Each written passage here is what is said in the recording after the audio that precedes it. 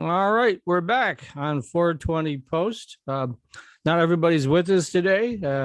We're moving towards summer and we get some defections for a variety of reasons.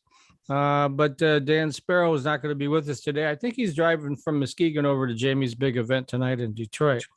But we do have Rick Thompson. He's going to tell us some great headlines. Take it away, Rick. Well, thank you, Mike. And hello again. This is the Cannabis News with Rick Thompson on 420 Post. Let's begin. It took Detroit about a month for their new adult use cannabis business ordinance to be challenged in court, and that's longer than most people thought it would take. This is the second time the city has tried to pass ordinance law allowing cannabis businesses in adult use nature.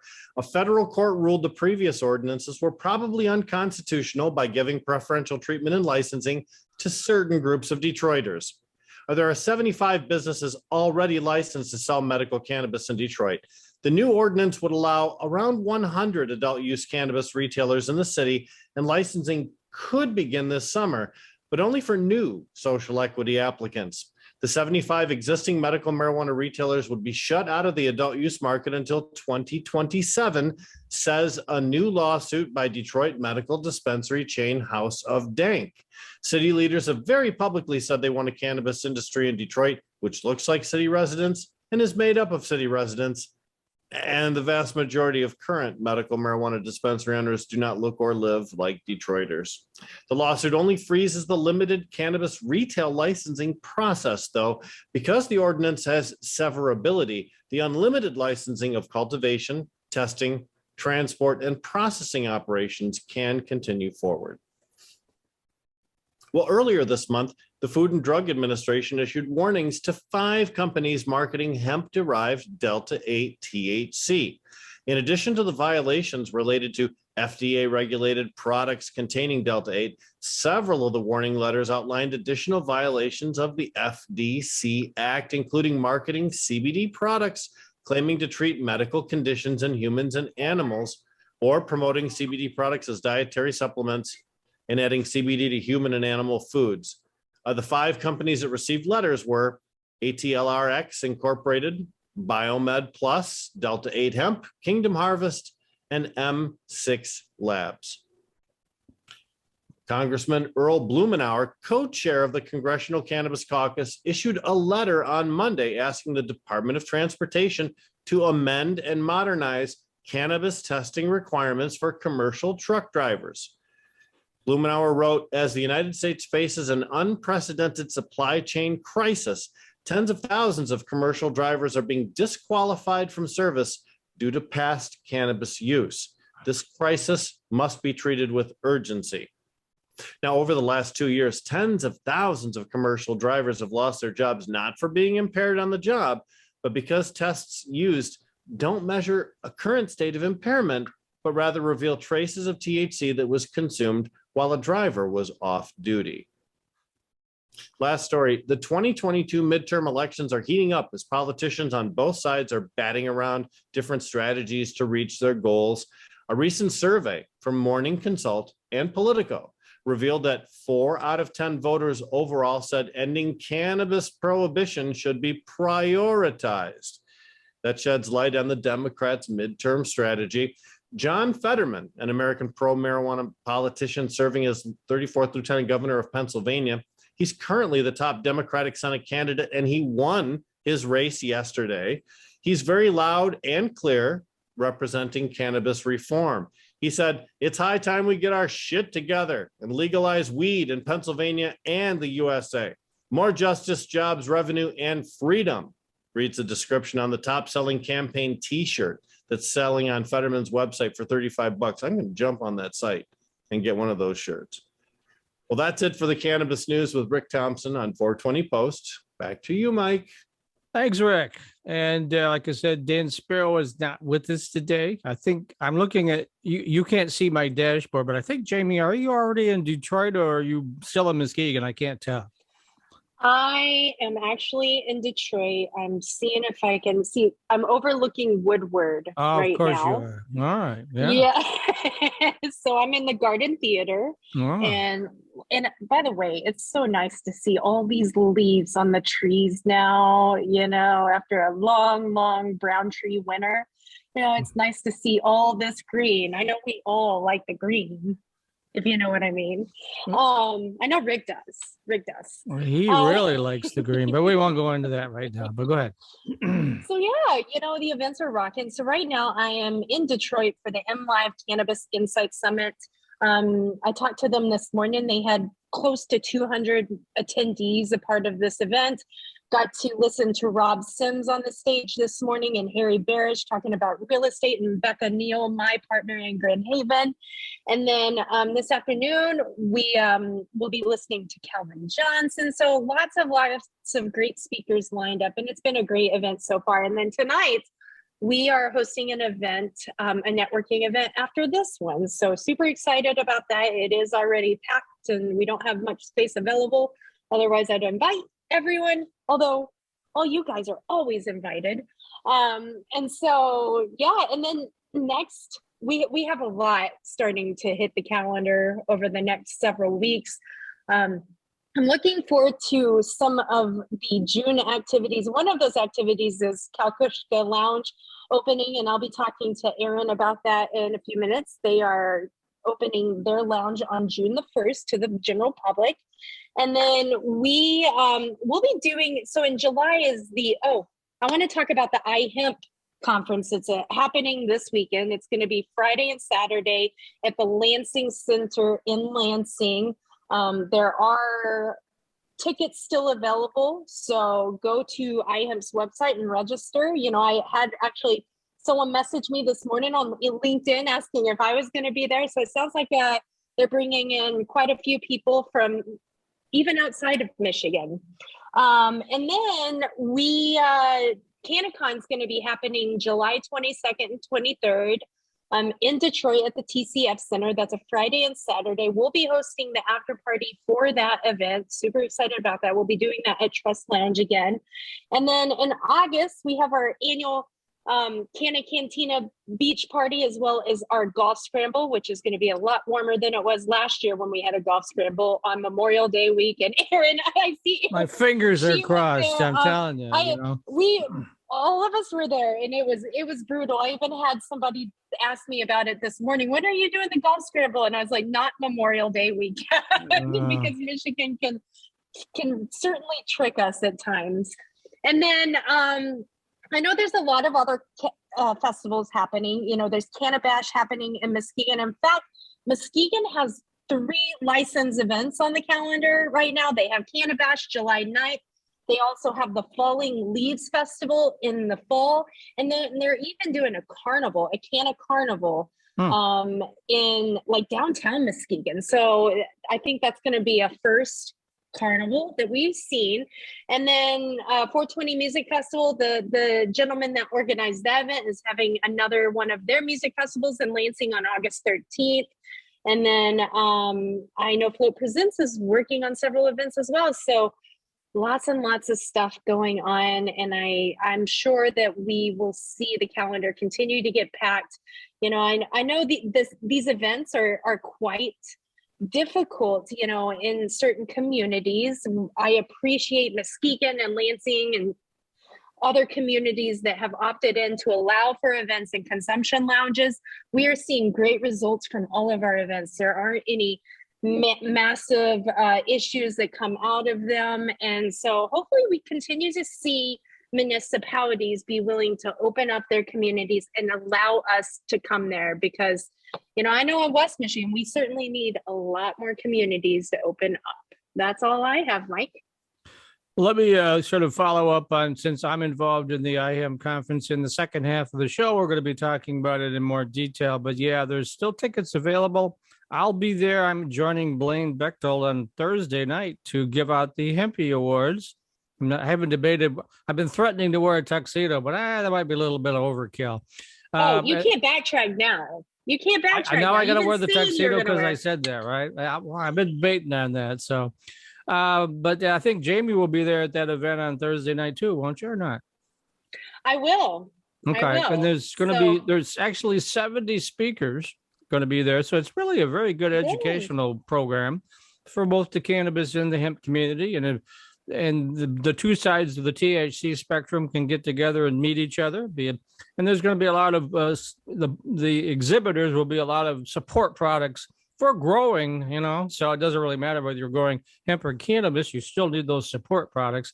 So if I sound like I'm pitching it, yes, they'd like to see the attendance grow a bit more.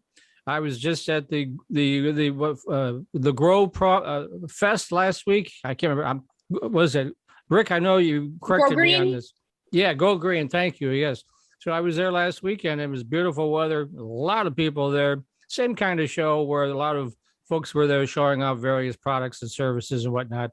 So Lansing's not that far of a drive, and certainly it's in the middle of the state. So I would encourage people to attend. But let me get back to Jamie now, because we're going to go into more detail on this in the second half hour. So you have a guest, Jamie, and I know you've got other responsibilities today. So go ahead and introduce your guest. Yes, so today we have Erin Newcomb with us. She is with the Botanical Company, the Director of Retail Operations. I've had the honor of working with Erin, and today she's going to talk to us about their new consumption lounge that is opening in Kalkuska.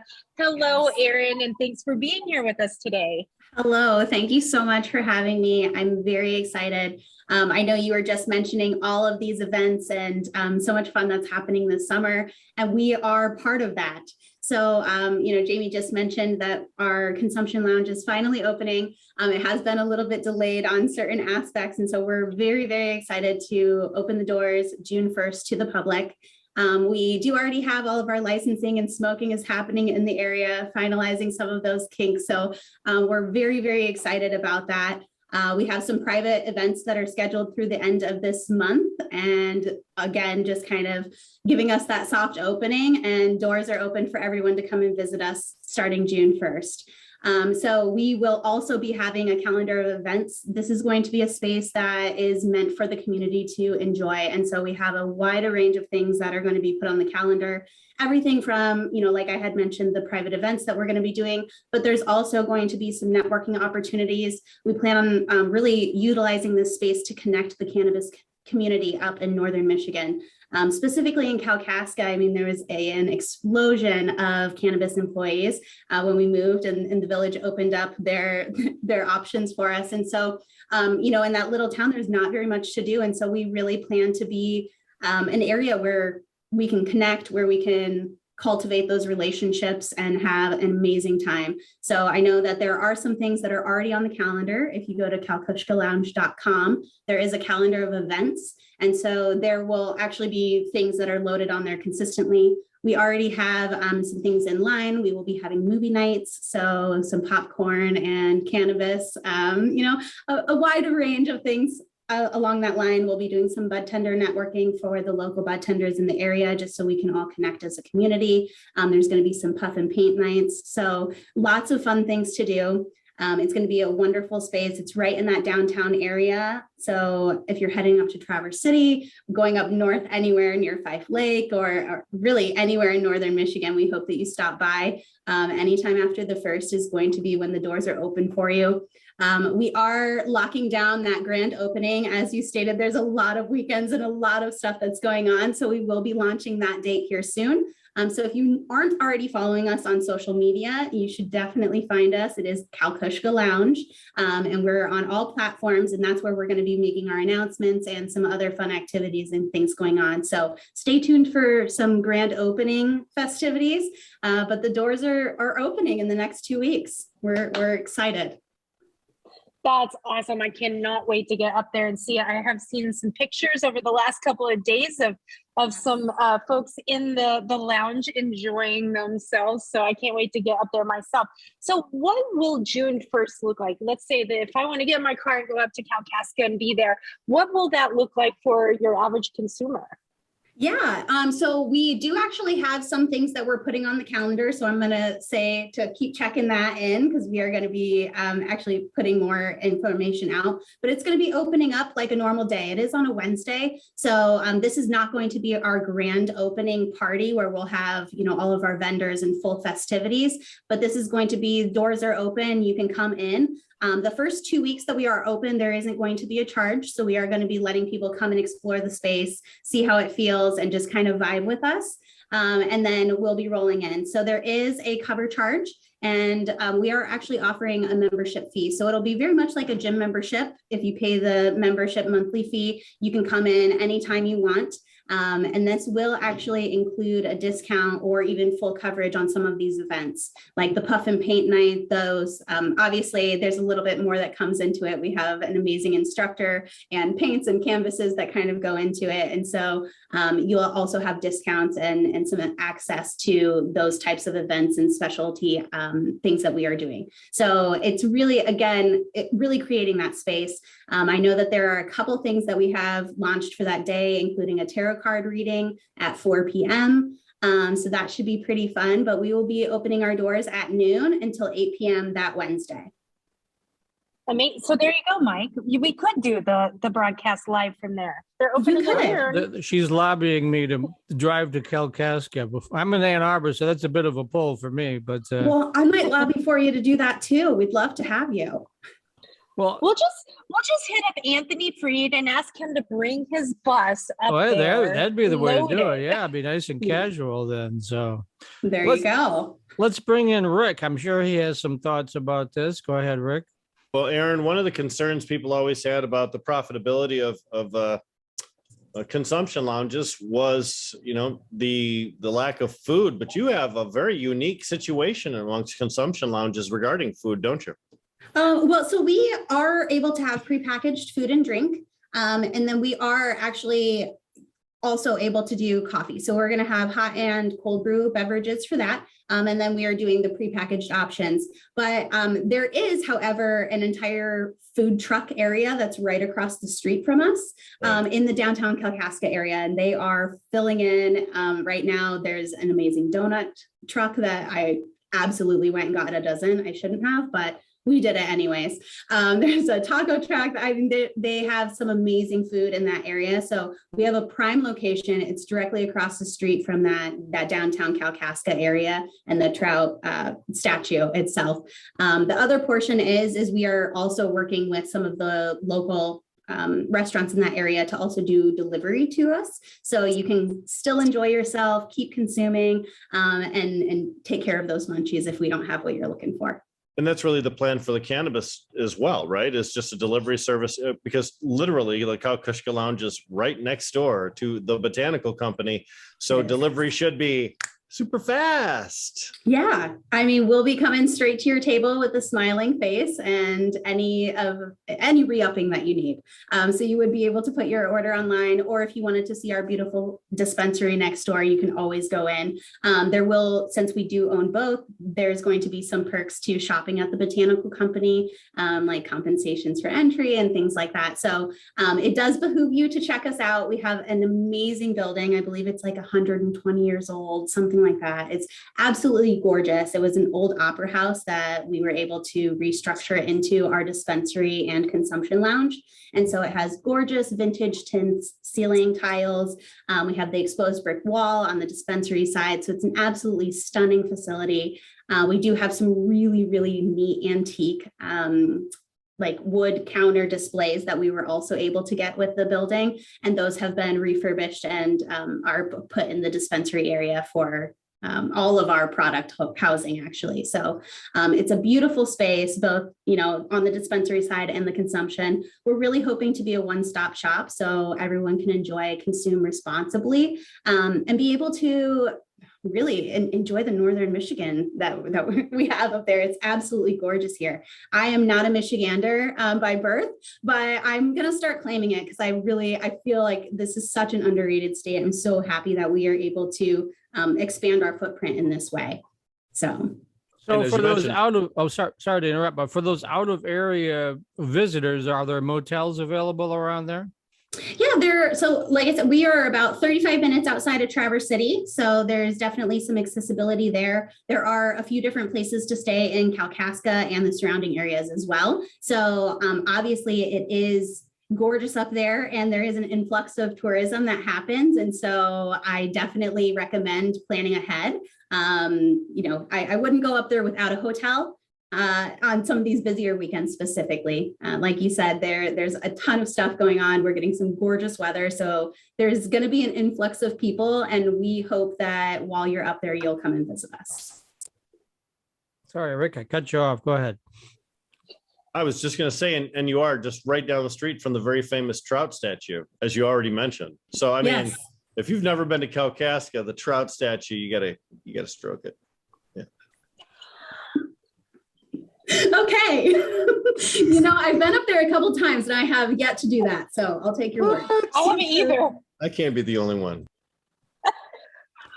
Yeah, I'm very familiar with that area because my mother was from Petoskey, and as a kids, we would always go up Old 131 and drive through Kalkuska.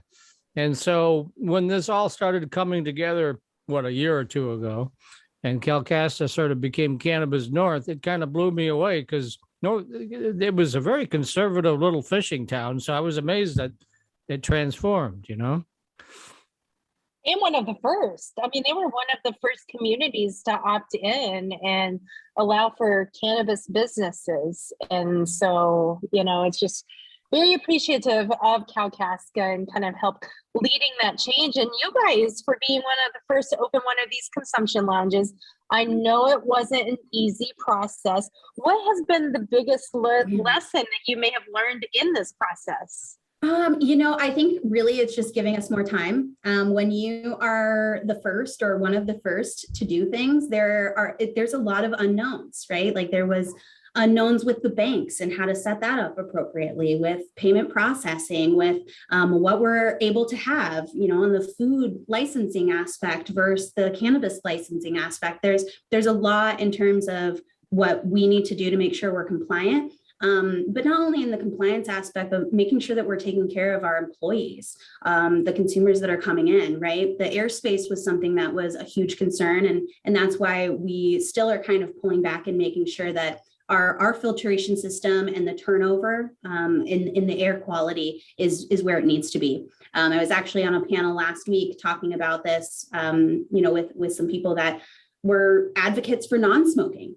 and how we were able to combat that for our employees, for that contact high or the secondhand smoke that can happen. And so we really had to take a lot of care and consideration into the overall flow of the building and what it's going to look like, and then how we utilize that space and making sure that all of our T's are crossed, right? And we're just very, very excited to open the doors and finally be at this finish line, because there's a lot of sweat and passion and tears into this. And so, we're really excited to becoming to fruition for sure.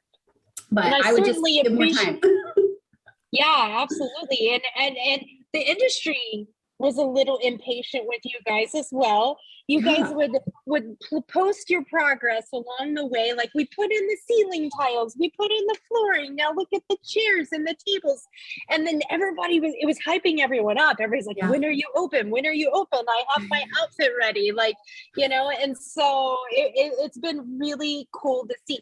What has the response been like from the community, from the people in Kalkuska? Yeah. So like I said, there is not a ton of options. And, the cannabis community brought a lot of younger families to the area. It brought a lot of, a community that wasn't really being served by the general super conservative fishing that you had mentioned, right? And so I think that this is something that they were really needing and looking forward to. We have people pulling at our door every single day that I've been there. They're trying to walk in already. So I cannot wait for the door to be unlocked, because I think it's going to be really well received. That's another reason why we are kind of having an open house type style for the first couple of weeks, because I think there are going to be people that aren't even cannabis consumers that want to see the space, want to see, what we've done, how we've refurbished the building, because a lot of people I get a lot of very, very positive feedback in terms of us rehabbing the existing buildings instead of, just building new. And so they're really happy to see this beautiful piece of history restored and looking glorious again instead of boarded up. So I think overall, very well received. I know we have a lot of people that are looking forward to it. We were doing interviews to try and get people in the position, and almost every single one of them were like, well, I'm coming here regardless. And I have 20 people that want to come. So I'm like, all right, well, we'll hit that capacity, it seems. What is the capacity? How many folks can you get in there at a given time? 72 is our capacity for the building.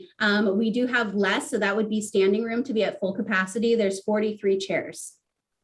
Okay.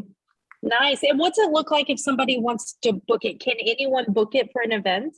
Yeah, so there's a difference. So we can house large parties and still have the public open, or if you wanted to reserve it, there is private events that we offer, either half days or full days, just depending on when you were looking for it. So if you did want to reserve for a private party, if you go onto kalkushkalounge.com, there is a contact us or book now, and you can kind of put in all of your information and the dates that you're looking at to start facilitating that conversation. But yeah, we're really happy. We already have some people that have reached out about weddings, some divorce parties, some birthdays. So there should be lots of fun stuff. It's going to be a really versatile space. And I think that, that just plays to us being able to serve the people and the communities that we're in. So. Absolutely. Well, you guys have worked really hard, and thank you for bringing it to our communities. We're stoked. You guys are all invited. Come on through. Okay, well, we'll talk about that after the show. So I got to bring in Dan Keelan at this point. So stand by, Erin. Well, if you want to participate in the second half of the show. But Dan, I know you had some things you wanted to talk about, so fire away. Hey, Mike. How's everybody today? Great. So I want to announce that we've mentioned our spring survey a few times.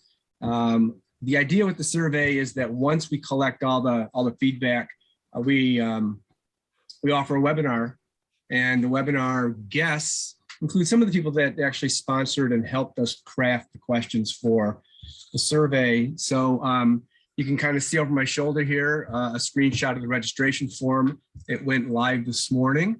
So I'm encouraging people to sign up for the free webinar. If you go to the MIMarijuanareport.com and you look on the right-hand side, you'll see a link to the registration page there.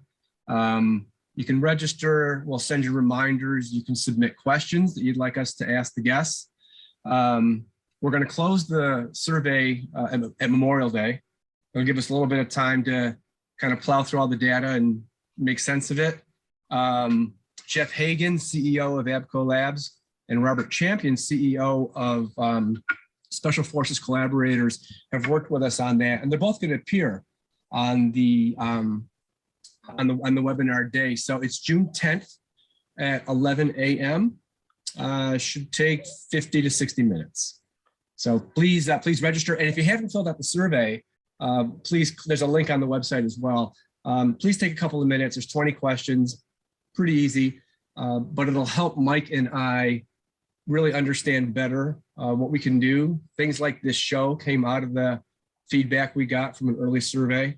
And there's also some questions in there that are important to our sponsors. So it'll help us be smarter about how we cover the industry. And what's the bonus if they fill out the survey? Oh yeah, that's right. So we're going to randomly pick. Thank you for that tip. We're gonna, we get feedback from people that identify themselves as consumers and some that identify themselves as businesses. So randomly, we're gonna pick a business that filled out the survey, and we're gonna offer them 12 weeks of a sponsorship at no charge.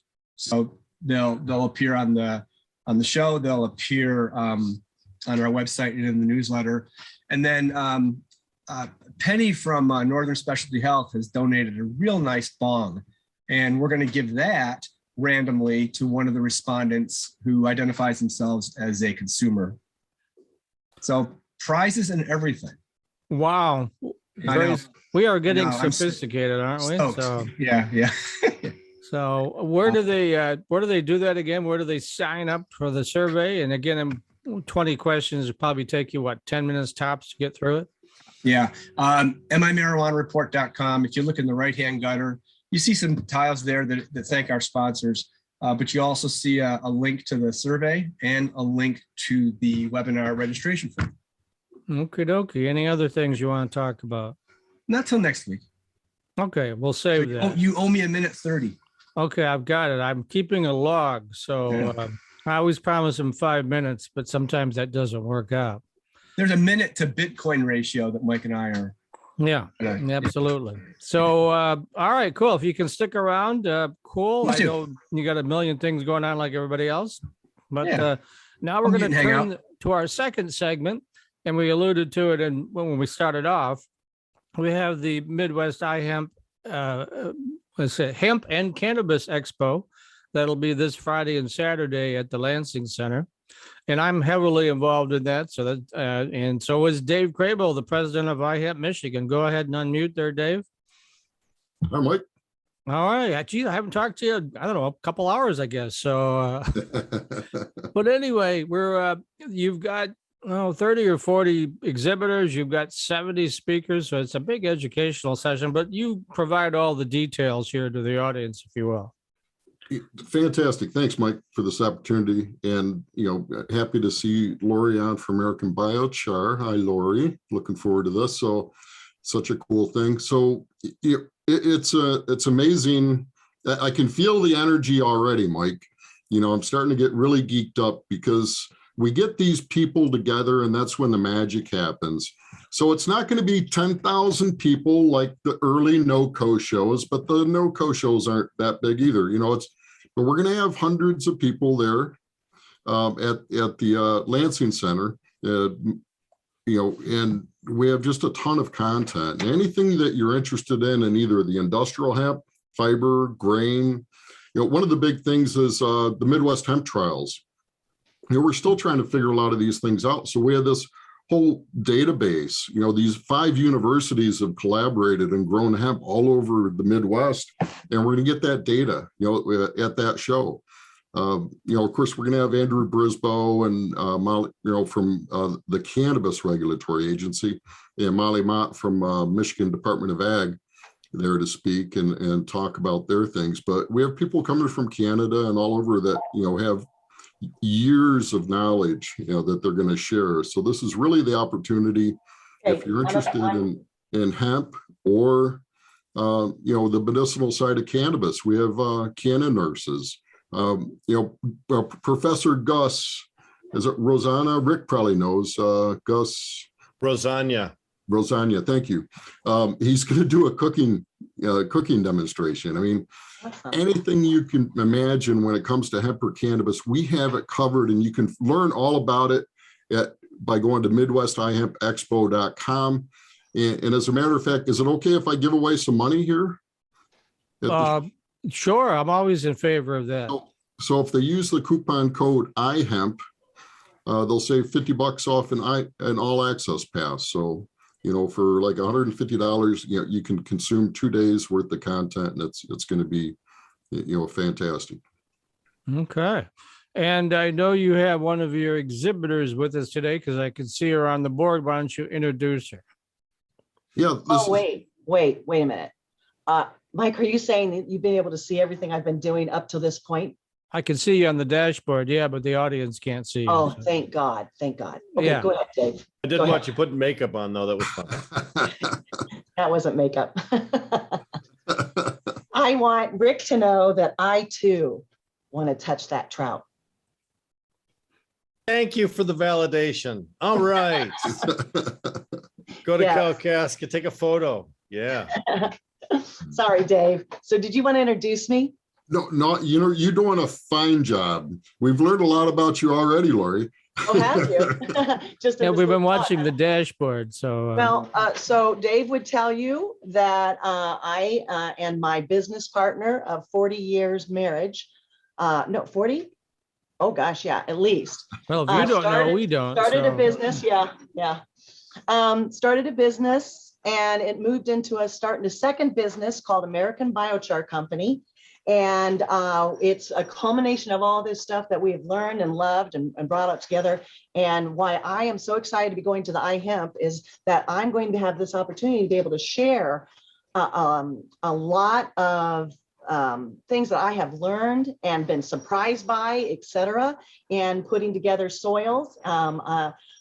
We need to call American BioChar really actually American Biology Company instead, because we really actually push the biology over, the biochar is the scaffolding. And so I'm so excited to be going to iHemp, because iHemp has a trait like I do. It wants to promote and educate information, specifically in cannabis and hemp, right? That's your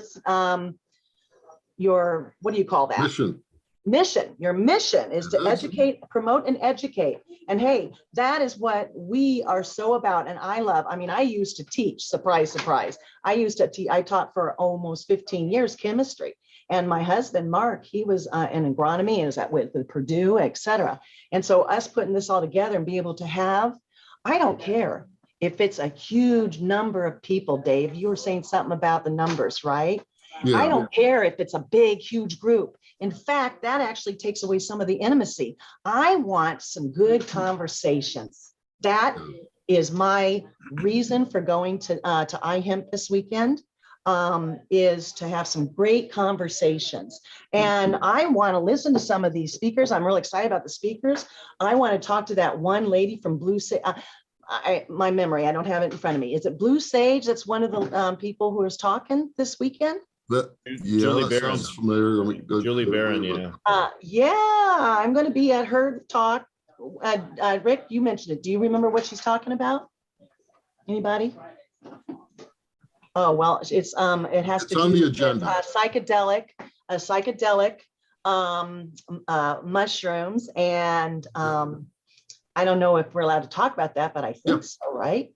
This is we're not governed by FCC rules, so go ahead. You can talk about it. Julie is actually Julie's a principal. Let me tell you what happened one time in high school.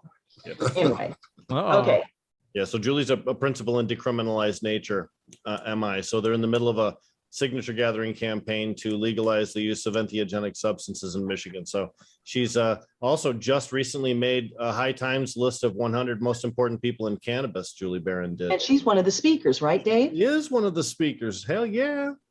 I'm excited. That's one of the reasons why I go there too. I want to talk to people. I want to sell my wares, but I also want to be learning more. And that's what we can do at iHemp this weekend, starting Thursday, right? Well, it starts Thursday night for the all the speakers and whatnot, and the Hempy Awards will be Thursday night. But for the general public, Friday night are the Hempy Awards banquet. Friday night. That's a legislative thing. They're doing the judging Thursday night, the final. Oh, okay. So the Hempy Awards are Friday night. Good. I don't have to dig that tuxedo out till Friday night, right? So that's correct. All right, perfect. But anyway, for the public, it's open Friday and Saturday, right? I got that Friday and Saturday, though, exhibit hall, everything opens 9 a.m. Registration opens at 8. We'll be down there early. I was already at Lansing once. I'm back home in Fenton, and I'm going to drive. Well, I got to go do a lot of running, and I'll be in Lansing later tonight. But it's going to be amazing. And one of the things about the show, I was at the show back in, and I always get this date wrong. Was it 2020 when you had the 2020, yeah. And what I liked, and again, the idea of combining cannabis and the hemp folks is all the support services that were there. For the clean water, for you name it, soil, fertilizer, all that stuff was there. And that's what's needed on both sides of the THC spectrum. I mean, if you're going to grow, you need it, right? So that's and then you get a chance to. And now the other thing, of course, is as of about a month ago, the hemp folks, CBD and smokable flower and all that fell under the purview of Andrew Brisboe, who's also going to be there. So anything that goes into the human body now is being regulated, but all those other stuff you can do with hemp and 20,000 different uses still under MDARD, right? They're still controlling that, Dave.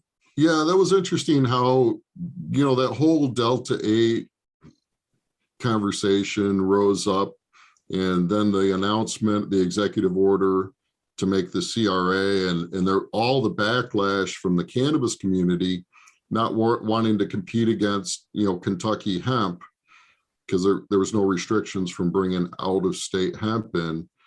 And then they just shut it down. It's like, there's no hemp conversions, period. Okay. It's like, it's been interesting.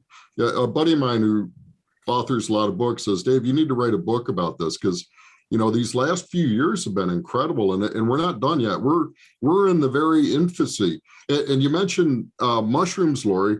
One of the things that gets me real excited is this innovation. They could grow styrofoam packaging from mushrooms. We can grow that and just throw it out in the yard. I've helped clean rivers before. You know how nasty that styrofoam is in the rivers, and how hard it is to get it out of there. Talk about climate change, and if they were to incorporate mycorrhizae, if we would address our soils. Yeah, well, and that's, I wanted to mention that, the soil, our soil health. Soils. We're losing would take care of climate change. But there's regenerative agricultures. Hemp's going to be a rotational crop. There's a wave coming, but we need a bigger army and a louder voice. And it's frustrating that we can't advertise in it as an industry on the normal networks. We keep getting shut down, so it's challenging. Mr. Rick, do you have questions? I see you looking down there. No, I'm totally digging this conversation that we're having right now. I wrote about this in High Times Magazine in 2015, an article called "The Sun Also Rises on Hemp," where we talked about all the different uses of hemp. But now, to see how we've evolved in the last 7 years to talking about incorporating mycorrhizae, so many different ways that you can expand the industry. I love the conversation. Continue. I was thinking, Dave, you've got iHemp for hemp. iCan would be great for cannabis. And then we could do for the mushrooms, iMush. iMush? I need to go. Makes me think of Alaska and sled dogs, but go ahead. Yeah, so iMush. I like that. That's beautiful. Quick, I'm going to run out. Dan, reserve those domain names. Did you hear those? All right, good. Dan's still with us. Do you have any questions, Dan? Let's throw you into the mix here. I know I do most of the reporting, but you do all the publishing. So you have any questions for Dave about all this stuff, or for Laurie? You have to unmute if you do. I can't tell. No? Yes? Oh, there we go. I was technically challenged there for a minute. It happens. So when will the awards will be Friday night, and then Friday night's the big dinner, the party, and Blaine ordered more dinners, so we can sell more tickets. So the crowd's getting bigger. It's going to be a blast, and and not to go Debbie Downer at all and dampen this, but we've had a couple people pull out who have COVID. Eric Herlock was coming from Pennsylvania, and he wasn't feeling quite right, so he got a COVID test and he's positive, so he's not going to make it. And then Brandy, who from the Michigan chapter of Americans for Safe Access, is who we partnered with a lot of this content on the cannabis side. She has COVID, so she's going to make it. And she was like our spearhead, to organize these folks, and so that's going to be interesting. But, what's the draw like regionally? I mean, we're in Michigan, but you just mentioned Canada, Indiana, Ohio, Wisconsin, of course, Colorado, Kentucky, so we have people from a diverse area coming in. And you might imagine, go ahead, Dan, sorry. I'd imagine your group in Michigan sort of has a leadership position in the industry. You think that's true? That's what I've been told, sometimes I wonder. I have a lot of self-doubt. I'm working on that, and I also have a lot of impatience and irritability. But I think it might be that gabapin for my toes, because it's one of the side effects. But you should try some cannabis. I would have never. We'll let that one go. Yeah, I know. Never mind. But while I have a moment, I just want to thank Blaine Bechtold and Becky Bechtold. Without them, we wouldn't have an iHemp Michigan. So, we've been through a lot in the last couple of years, and the incredible amount of hours that Blaine and Becky put in, they're just they're holding up the fort, and we're pushing forward. We do have a board of directors now. We're a nonprofit, and we're trying to pull people in to take some of the load. But it's like any organization. I mean, everybody's stretched to the max. So we do what we can. Why don't you talk about who's on your board? Yeah, so and many of them are exhibitors. So Jen Nelson from Mod Roots. I think you've had Jen on the show recently. We have Laurie Put, just retired from Dow Chemical, that evil company, and so we pulled her in now that she has time to be on the board. Laurie's really sharp, really sharp cookie.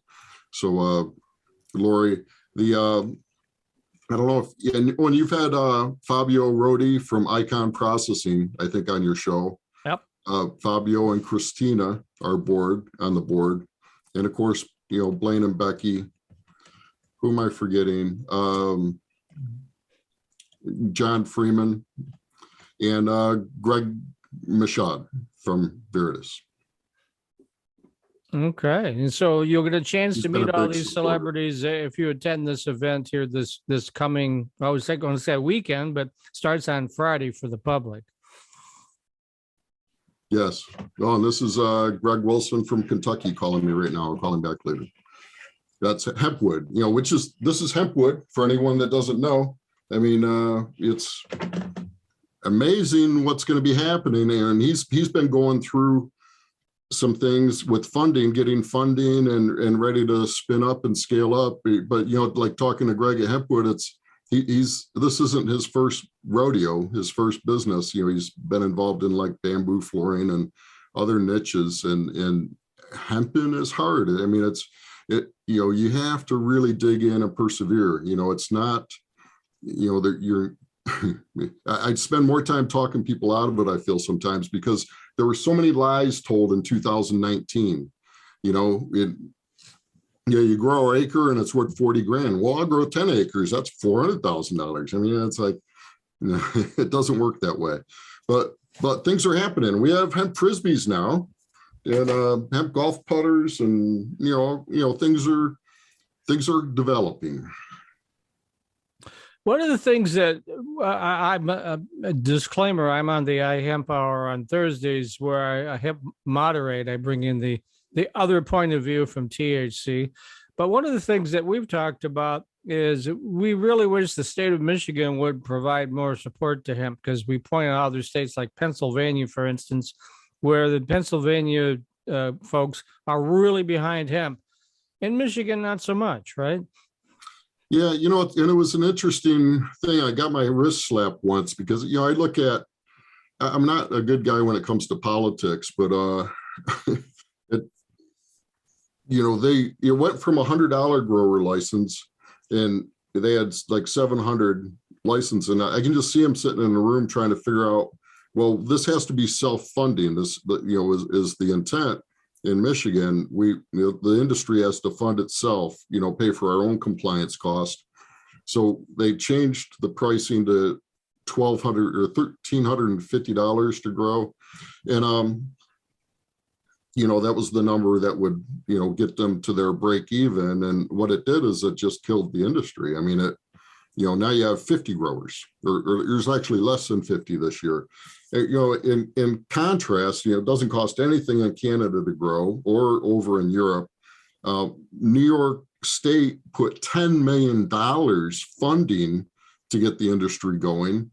You see a lot of activity in Pennsylvania where they're being supportive. There's grants and financing available, because we need to build out a multi-million-dollar infrastructure to do this. And then that hemp fiber and that hemp grain is going to impact a number of industries and make them greener and more efficient. And these oil, look at the oil cost. Doing plastic products, hemp's looking better all the time. It's a filler right now, 25%. At some point, we're going to figure out how to make a bioplastic out of it, and game over. I mean, we can get rid of oil-based economy. And the auto industry is beginning to slowly embrace hemp for fabrics. I know Ford's looking at it, GM's looking at it. Some of the higher end models like Porsche and BMW already use it. Well, insulation and door panels is like a no-brainer for them. Yeah. So I mean, I am not a farmer, but I've learned a lot about farming from these guys. And not having a contract on the other end of the growing season, farmers don't just grow on spec. They got to know they're going to be able to sell it. And if we could get, say, the auto industry really behind this, that would go a long ways, right, Dave? Well, I've gotten those calls. Somebody called from Ohio, an out plant, and here's how the conversation goes. Well, I need like I forget the number, like 1,000 tons a month. It's like, oh, okay, we can do that. A year from September, we can start fulfilling that order. But I need $5 million now in order to build the infrastructure to do that. And they're not willing to. They just want to buy fiber, because they're going to make widgets and they just need this input to make more widgets. So that's where we need the government to step in to help us build this infrastructure. There are some USDA, and I've talked to a few different people we're getting involved with on these, and my memory's not the best. Smart climate grants, but there's another round of grants. They just did one round of grants, and there's another round, and hemp's gonna fit into that mold to be funded through these grants. So there's some opportunities for some things to happen, and I'm hopeful that some of that comes to fruition. But without the funding to build this processing that we need for the hemp fiber, it's not going to get started. Yeah. Well, we're coming down to the end of the show, Dave. So why don't you give that address one more time? And now, can people walk up and buy tickets at the event as well? Please do. All right. So give that address. Cash, check, credit card, crypto, Venmo, so whatever. No crypto. Yeah. Okay. Midwest iHempExpo.com, or if you go to iHempMichigan.com, it'll steer you there too. And we're at the Lansing Center in Lansing, Michigan. It's all day Friday, all day Saturday, and it's going to be incredible. Come join the fun. Come join the fun indeed. Laurie, you're going to be there. This is called the shameless plug. You're a newbie on the show. Yeah. So if people want to reach out to you, website, phone number, whatever you want to give. Well, I will shamelessly share. Our phone number in the office is 269-663-2224. You can visit us on our website, which is BioChar, that's American, and then biochar.com. And we welcome anybody coming and visiting us. We're going to be there, like David mentioned, and I would love to spend some time talking to people who want to talk about big or little pictures within the soil and what we're growing, whether it's hemp, cannabis, or corn or soybean. So you've got the dirt on dirt. Yeah, actually. And come and talk with us. We keep finding, just like Rick mentioned earlier, you start talking to people, you start learning more things, and it gets exciting and it builds on its own. Come build with us. Come build with us. That should go on a t-shirt, I think. So, well, we do have a cool tagline. It's the beauty above comes from the science below. That's actually got it. Okay. So Mr. Keelan, one more time on the survey. How can people fill out that survey so we can better serve the industry? MIMarijuanareport.com. Click on the fill out a survey tile. And while you're there, register for the June 10th webinar. Both free, both very exciting. Okay. What can you ask for? Free and exciting. Speaking of free and exciting, Rick Thompson. Wow, you just made a promise for me that I think I have to live up to now. But thank you. You can always find me. I'm on Apple TV and Roku television every week, 2 times. Jazz Cabbage Cafe from 4 to 6 on Tuesdays, and then on Friday at 6 p.m. with the Weed Talk News.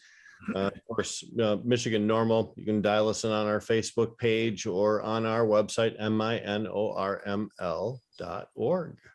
Okie doke. And I'm Mike Brennan. I produce the show with the help of all my co-hosts, and I also edit Michigan Marijuana Report.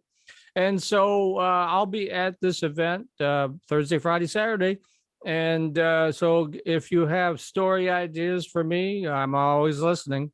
And who knows, maybe if it's a great story idea, we'll get you on the show, but it can certainly probably get you in Michigan Marijuana Report for sure.